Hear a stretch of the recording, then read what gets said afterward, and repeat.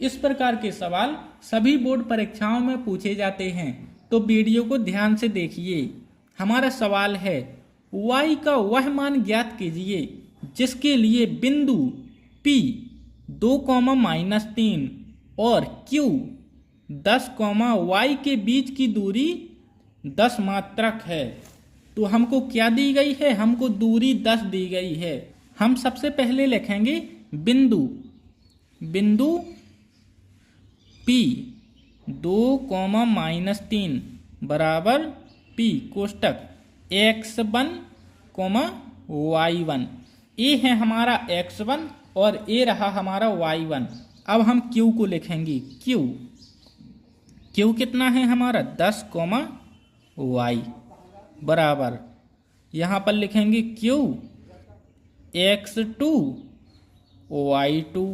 y2 की जगह हम y ही रखेंगे। कितना आसान है। अब हम लिखेंगे P और Q के बीच की दूरी, P Q के बीच की दूरी, P Q के बीच की दूरी हमको कितनी दी गई है? हमको दी गई है 10 मात्रक। कितनी? 10 मात्रक। यहाँ पर हम 10 लिख देंगे। अब हम इस दूरी की जगह दूरी सूत्र लिखेंगे। दूरी सूत्र आपको आता है? कितना होता है हमारा दूरी सूत्र? दूरी सूत्र यहाँ पर मैं लिख देता हूँ।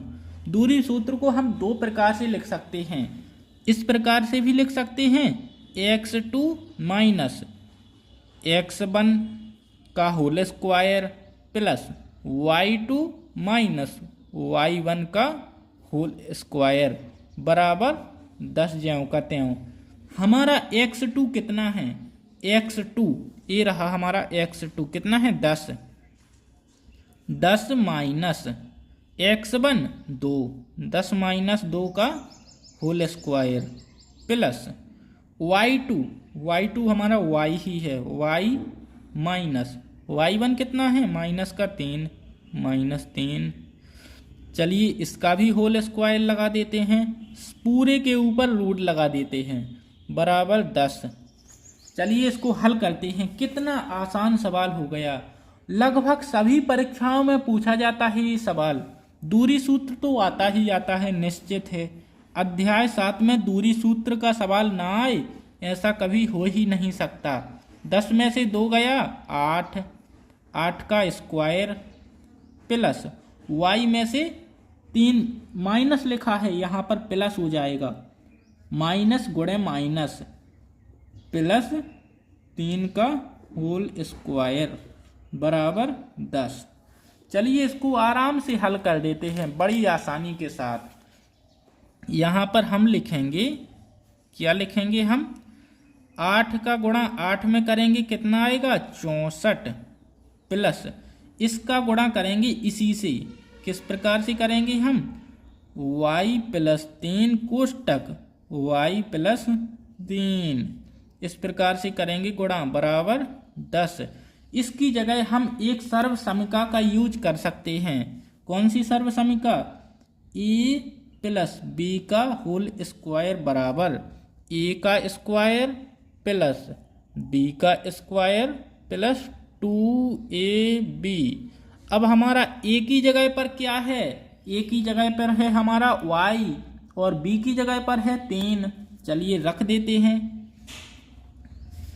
a की जगह पर हम y रखेंगे 64 प्लस y की घात 2 प्लस 3 की घात 2 प्लस 2 गुणे y गुणे 3, 2 गुणे 3 गुणे y, इस प्रकार से आएगा बराबर 10 ज्यों का त्यों। बिल्कुल आसान है, आप लोग ध्यान से देखिए। अब हम दोबारा लिखेंगे इसी को एक बार और। 64 प्लस y की 64 लिखना था, सॉरी, y की घात 2 प्लस 9 का 3 का गुणा 3 में करेंगे 9 आएगा, प्लस 2 का गुणा 3 में करेंगे कितना आएगा? 6y बराबर 10। अब देखिए आप लोग किस प्रकार का सवाल हो चुका है हमारा। अब हम दोनों पक्षों का वर्ग करेंगे।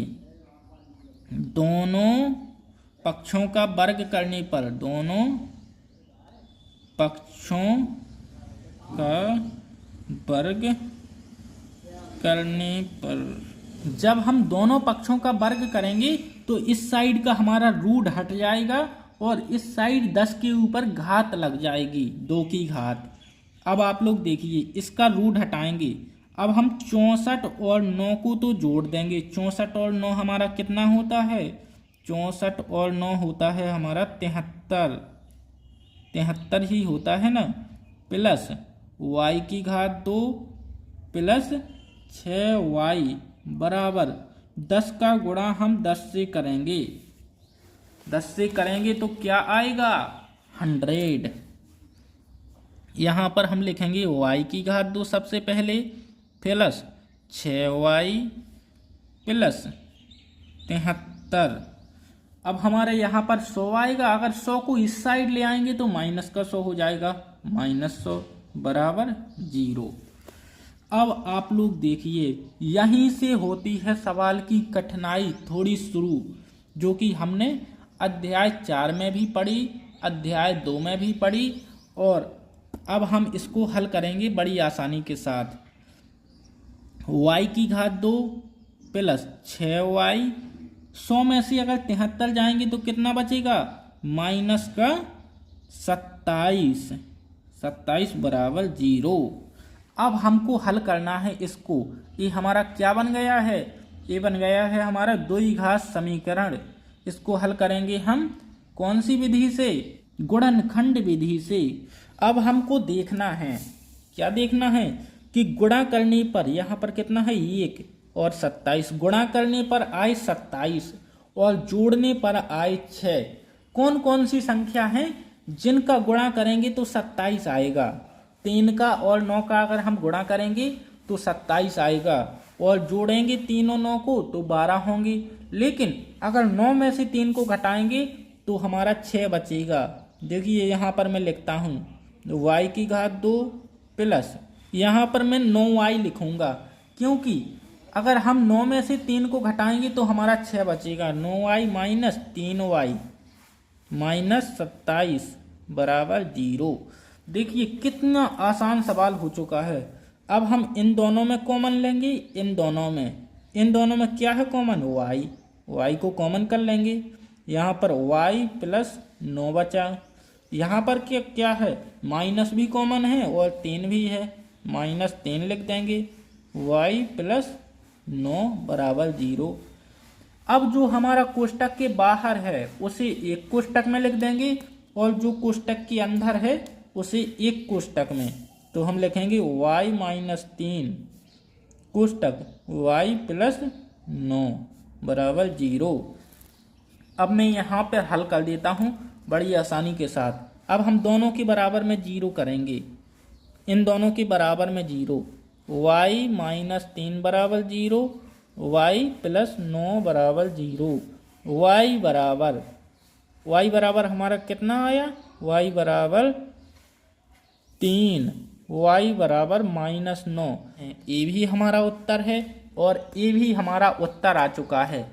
और अगर आपको वीडियो में कुछ भी कठिन लगा हो तो आप वीडियो को दोबारा भी देख सकते हो। ये रहा हमारा पूरा सवाल, आप लोग एक बार देख लीजिए। और इस प्रकार के सवाल हर वर्ष पूछे जाते हैं, सभी बोर्ड परीक्षाओं में पूछे जाते हैं। तो आप लोग वीडियो को लाइक करके चैनल को सब्सक्राइब कीजिए। चलिए मिलते हैं अब नेक्स्ट वीडियो में।